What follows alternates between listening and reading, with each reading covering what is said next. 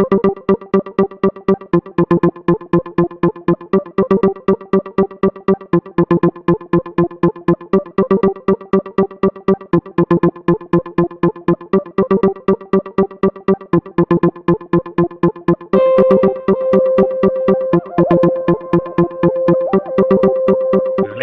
and gentlemen, hello and welcome. It's me, Johnny Vedmore, and we're going to do a Johnny Vedmore read through. Oh my God, it's true.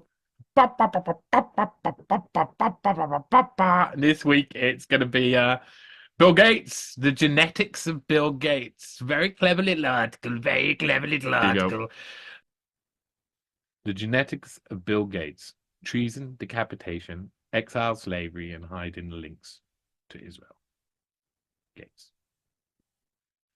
I enjoy researching family histories. I'm always fascinated by how genes express themselves from generation to generation. We are the same creatures as our ancestors were, even though we may have become healthier, more savvy, and live in a very different reality from our distant relatives, doesn't mean we can't learn anything from their journey. In fact, the process of researching your own family tree will often lead you to feeling as though you've been looking in a mirror. If you go back far enough, you may even come across yourself.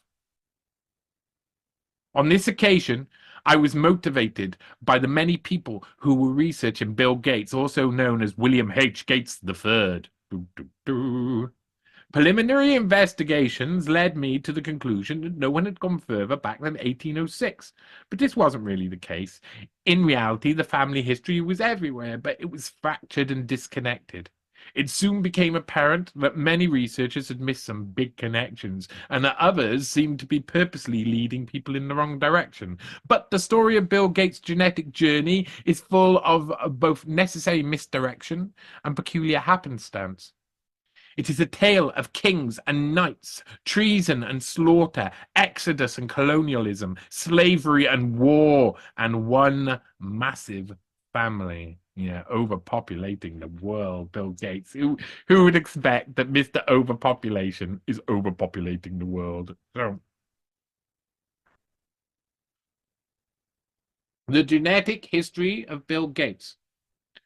We begin the story of Bill Gates' ancestry at the turn of the century in the year 1300 AD. Thomas Gates was born in Essex, and he is as far back in the Gates family tree as I can trace.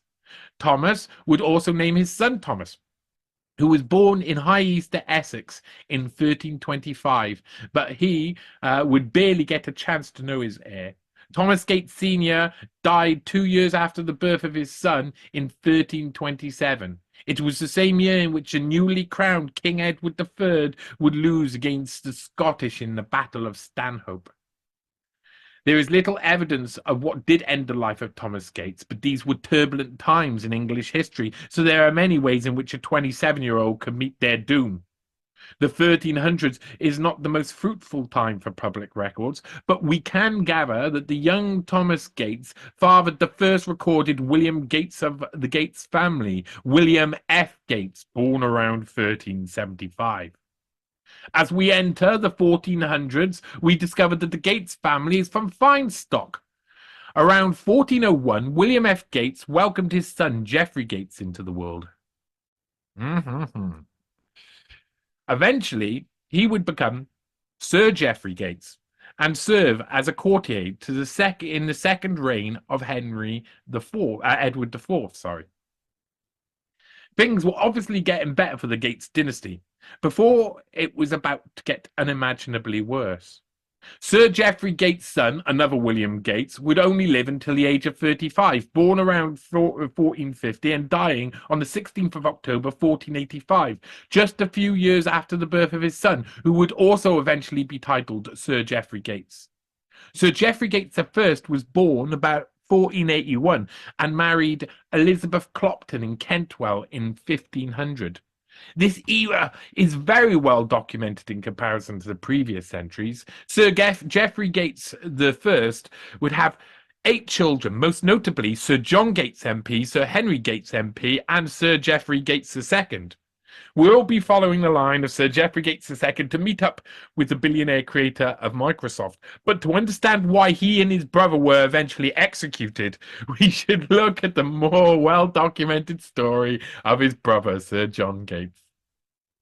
As the funeral procession, carrying the body of Henry VIII, moved through his kingdom and to its final resting place, Sir John Gates proudly rode on horseback beside the corpse of his beloved king. This was a somber day for the loyal courtier of the recently deceased monarch.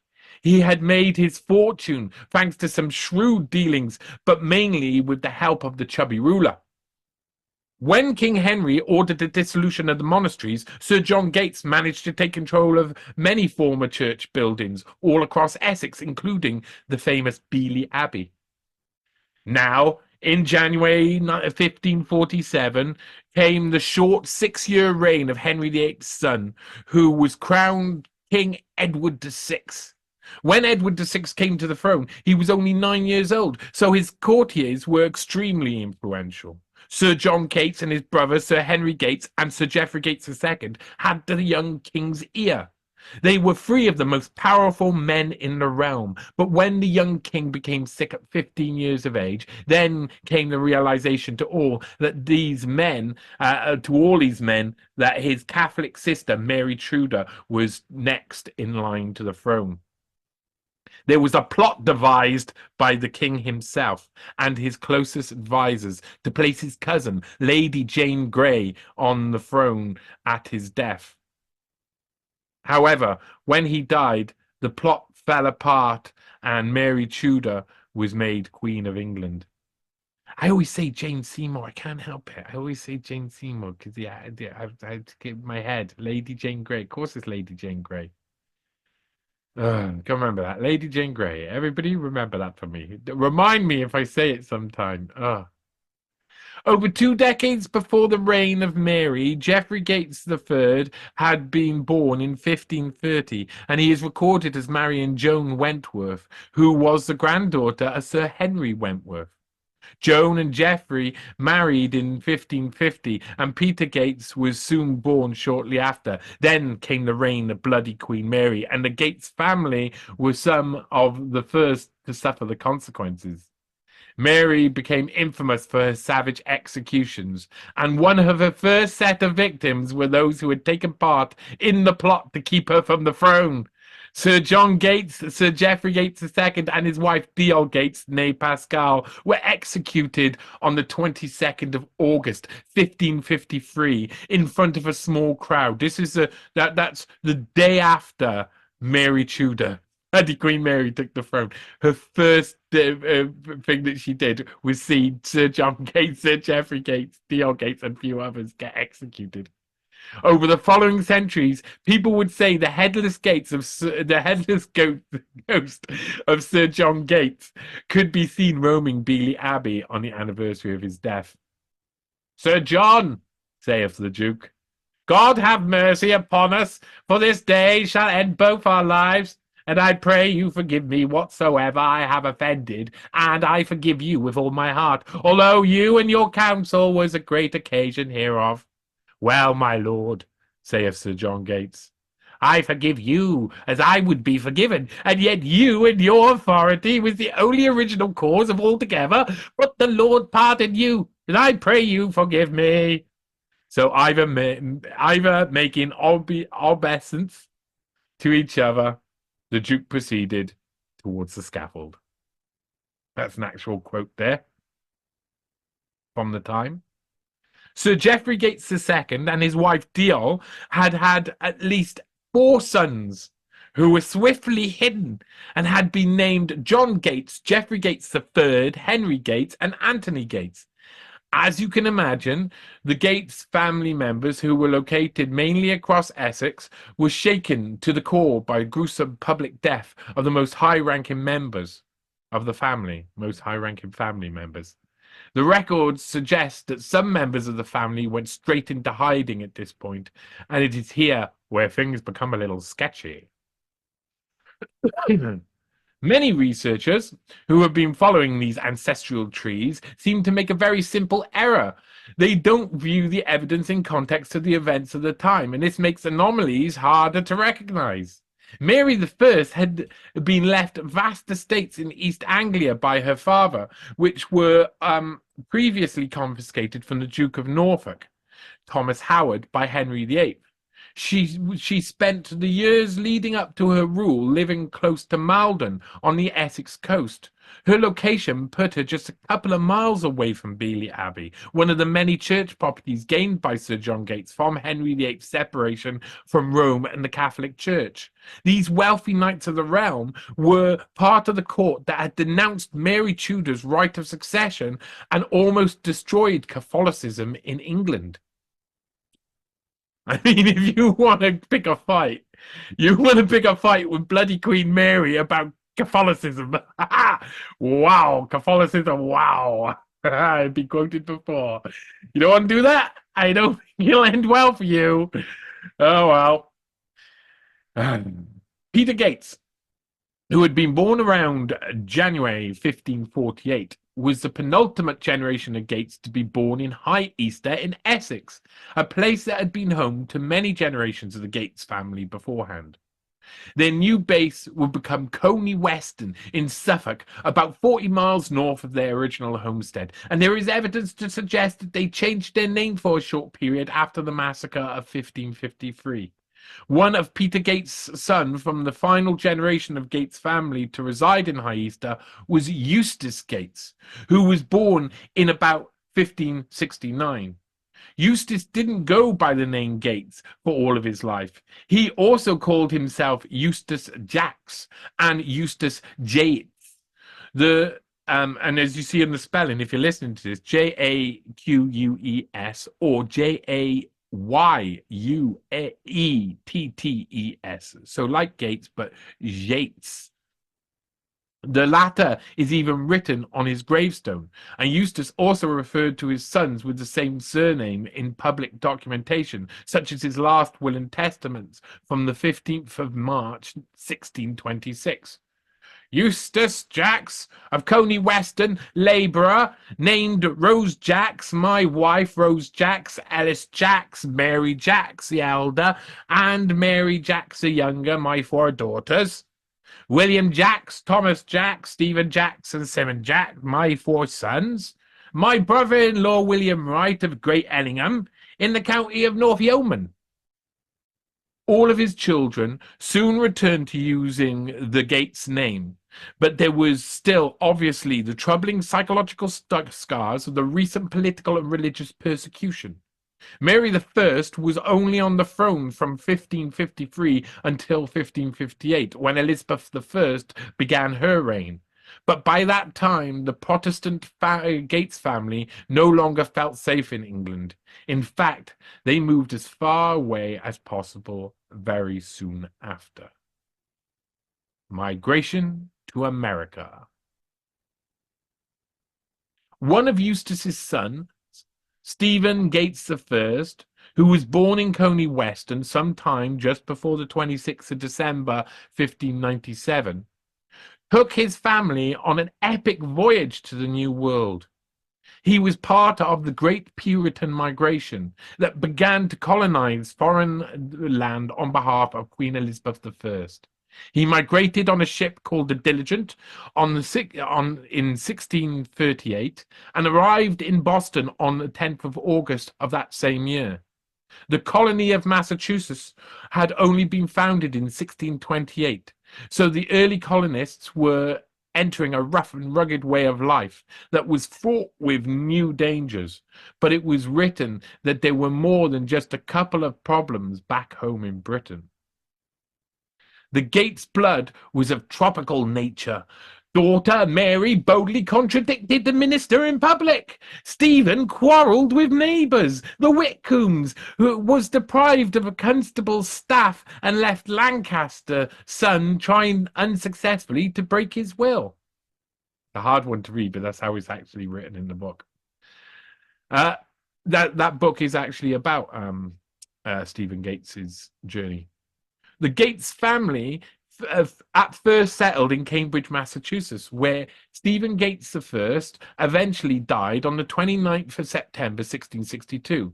Stephen and his wife Anne Neve, who was also from Coney Weston, had 7 children together. Massive families. 2 of them, Rebecca and Isaac, had died in England before they reached 6 years of age.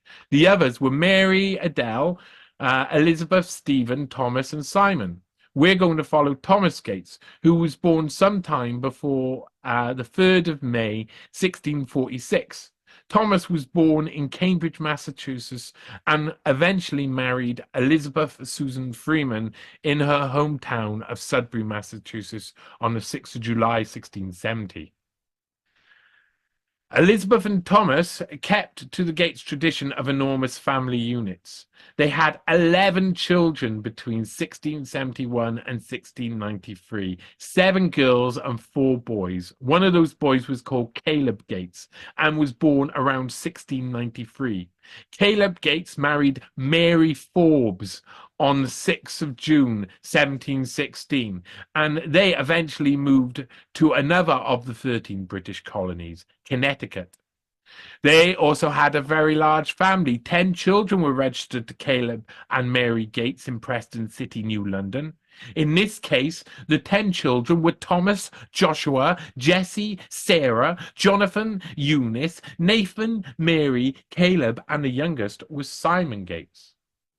The young Simon Gates, who was born the 15th of September 1724, eventually became Ensign Simon Gates and married 2 women during his lifetime. One of his wives was named Olive, but her family name and fate are not clear. But Ensign Simon Gates' marriage to Prudence Billings, who was born around 1731, would prove to be much more fruitful. Prudence and Simon recorded having 6 children, and all their names hinted at strong religious family unit. Their children were called Mary, Asa, Caleb, Israel, Elijah, Ephraim, and Ephraim, sorry. The family also moved to West Greenwich, Kent County, in the colony of Rhode Island and Providence Plantations. Rhode Island had evolved into a colony which held on strongly to the belief of freedom to practice one's religion. This became a popular destination for many different religious minorities. Ensign Simon Gates died in 1774, aged around 50 years of age. He had answered the call to revolt against British rule, as did his brother Caleb Gates and Asa Gates. Hiding links to Israel. I'm just going to take a quick sip. Like, share, subscribe. Donate me $1 or $2 if you possibly can. I would love that. I got so much more to do. I just need funding to be able to do it. So all the help you can give is appreciated. I'll try and keep making all of these articles more digestible as well, because some of them I have to break up and do different things with, make documentaries into and stuff, so that people can really understand what's going on.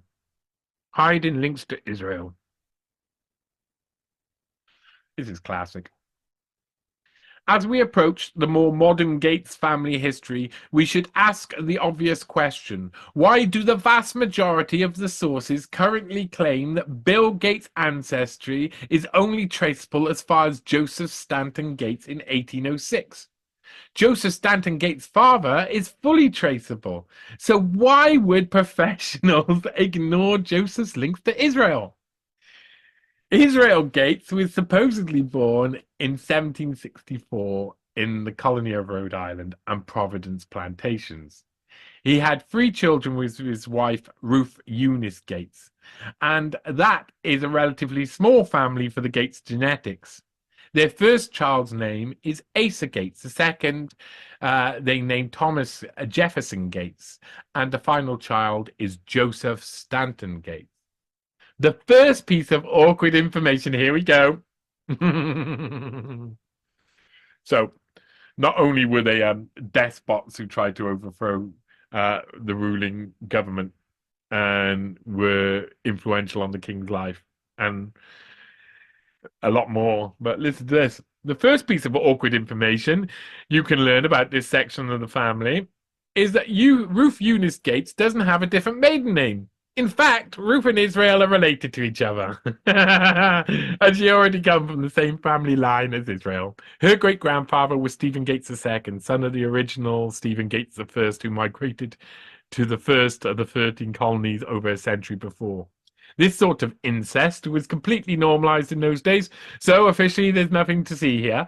But a little bit of light historical incest shouldn't put a researcher off discovering the lineage of one of the richest and most powerful men on earth. So what was Israel Gates doing in the 18th and 19th century that could cause people to whitewash him from history? What was he doing? Why would you not want to know who Israel Gates is and what he's doing? I'm sure. Oh, it's funny. It's not. It's really not funny. That's why it's so funny. In Israel's time, Newport was the major center of the slave trade in early America. Slave-produced sugar and molasses from Caribbean were shipped to Rhode Island and were then distilled into rum, which was then sent back to West Africa to be exchanged for more captured African slaves. In 1754, when Israel Gates was born, Rhode Island had about 30 rum distilleries, 22 in Newport alone. Around 60% of slave trading voyages which were launched from North America were issued from Rhode Island, in some years more than 90%, and many from Newport.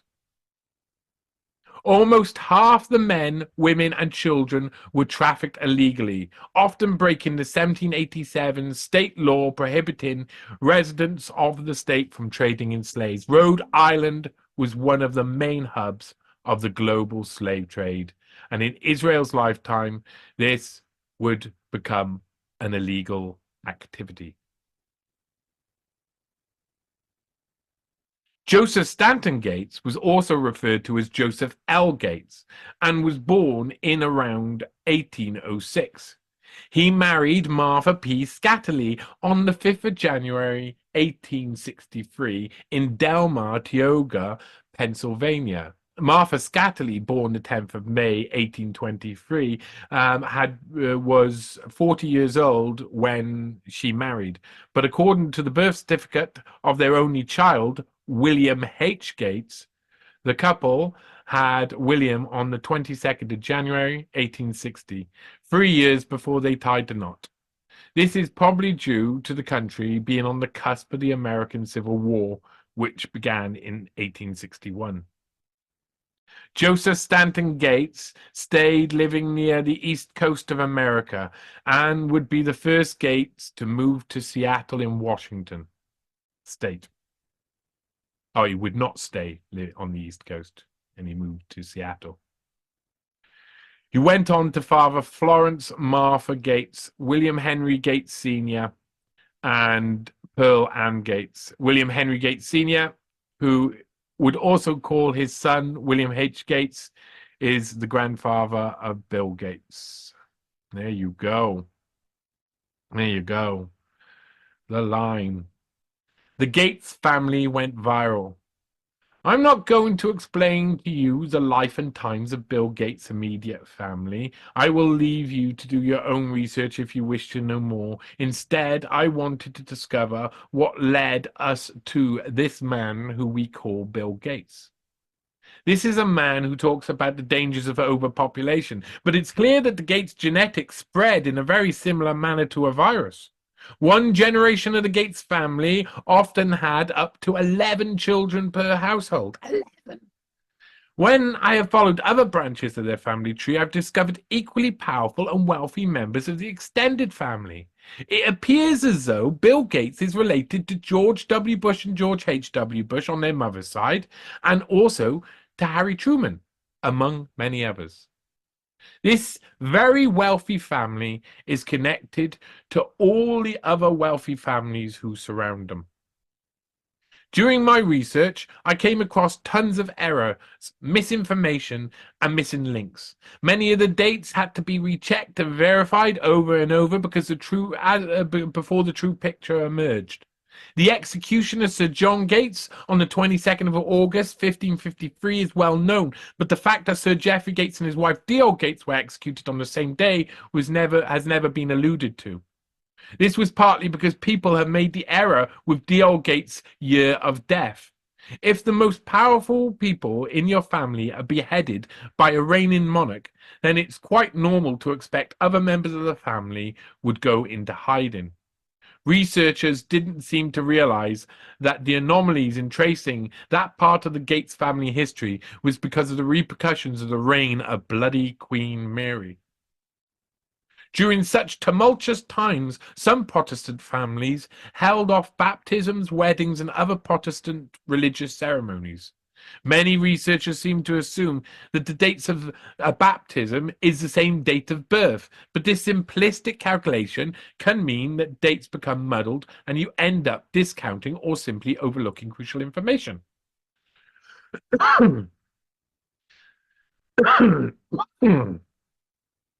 a drink. The Gates family had always aimed to be in a position of power. Their lineage contains so many knights of the realm that I had to eventually stop counting. Their family history is one of affluence, privilege, and the grasping of great opportunities. When the East Anglian family fled England, so did almost 50% of their county and many other English families. This sudden migration caused reverberations throughout England, which crescendoed into the English Civil War. The Gates family jumped out of the frying pan and, in heading to America, jumped into the fire. I wasn't able to find out whether or not the Gates family were part of the slave trade when they moved to Newport, Rhode Island, but it is clear that they moved during the peak of the American slave trade. The wealthy and powerful families of this relatively recently founded country that calls itself the USA are all connected by their bloodlines, and their hunger for power persists over many generations. History tends to repeat itself, and if that's true, then maybe Bill Gates could one day find his head resting on the chopping block.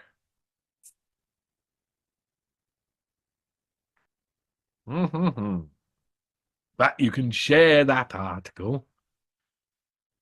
And someone said something in another language. You can share that article. Of course, you can become a patron or buy me a coffee or whatnot, and all of that. Let's see if these, if I got this linked up right. I should have this linked up right. Ancestry of presidents, doobie doobie doo. It's very exciting. Look, we're in the family period. We're in the Familypedia. Don't get that wrong. And you see, we got all of these people who are members who are, of course, see, they're all presidents listed. Who's having the trouble here? And it's showing us 30 generations. It's showing us George Bush's lineage. We've got an advert coming up. That's why it's blocking us. It's a bit of an old site. So you see how it's got George Walker Bush open. And it's got Herbert Hoover open as well for some reason. But if we go and we search, so if we put on, there you go. That's what we want. If we have a little search of what are we looking for? Well, we're looking for Gates. Oh, Mark Gates, 2071. In the future. No. Stephen Gates. There you go. Stephen Gates, 1599. Talking Thomas Gates. Yes. Thomas Gates. Yes. Peter Gates. Yes. Jeffrey Gates. There you go. Jeffrey Gates again. We're going back all the way, and there's a few more. Jeffrey Gates, William Gates. I found this at the end. It would have been good to find this at the beginning, but I didn't realize that they were related to presidents. Who thinks that someone's related to a president? I should have realized, but that is it's having real trouble loading. but that is the ancestors. So we're down. You see how it's like 14th generation ancestors of George W. Bush and George H.W. Bush, and it turns out Harry Truman as well. So Gates had lots of ancestors. It's an extremely interesting story. And there he is. There he is. Extremely interesting story. It kind of like echoes through time, doesn't it? It kind of shows you that the same people who are taking advantage of political turmoil to buy up land and own land are from the same people who did exactly the same behaviors in the past. That they connect themselves with the leaders of the world and leaders of countries so that they can benefit by having land given to them or during that turmoil, or have the ear of leaders so that they can introduce policy. That's what he's been doing. That's what his genetics has been doing. Then when you see that he was also, I'm gonna stop the share here. Blah. There you go. You can see my my Chow Chow, my lovely grey cat. So what you see with him is that he she loves it. She loves it. She's really loving it. When you go back in time, you end up in this place where slave trade, and it goes from the courts of kings and queens, riding alongside Henry VIII's coffin. I mean, that's amazing. Beheaded, exodus across the water, taking land for Queen Elizabeth, and of course the start of the colonies, and then being at the center of the slave trade and having massive families that go against all of the concepts that you hold, you push out. He doesn't hold those concepts. He pushed out today. So this massive, sprawling family, this virus on the landscape of America. Oh my God. And it's just the same old story, isn't it? Same old story happening all over again. And then ends up in the center of slave trade with a distant second, third cousin or something, having a little incestuous family while selling slaves and molasses. Unbelievable. Which is what you're going to find. And then what do you find? Oh, you go on to eugenicists because they know what people should be like, and they know, oh, we need to get rid of these people because there's too many of them, and they're having families where there's like between 7 and 11 in the families. Oh, so it's ironic. I mean, that's one of the good things is to know where these people come from, so you know that what they say is like, for you, it's not for them. They're dictators. They dictate, and we have to take it in and accept it and take the boop boop, take the shot, quick, take the shot for this guy, and then eventually someone comes along and says, "Oh, that's over," and then they got to scatter and go into hiding. So let it give you some form of hope that these sort of despots and these evil people, that eventually when they manifest true when they manifest evil stuff, evil finds a way to find it too, because it's not like Mary, bloody Queen Mary, was a nice one. So there you go. History. I promised you treason. I promised you execution. I promised you slave trade. I promised you everything, didn't I? And what do you get? You get Sir John Gates, Sir Geoffrey Gates, the second and third, and you get the old Gates getting their heads chopped off. And Sir John Gates, headless corpse, forever wandering Beely Abbey. And on that note, like, share, subscribe, donate if you can. Thank you for joining me on this Johnny Vedmore read through. Bye-bye.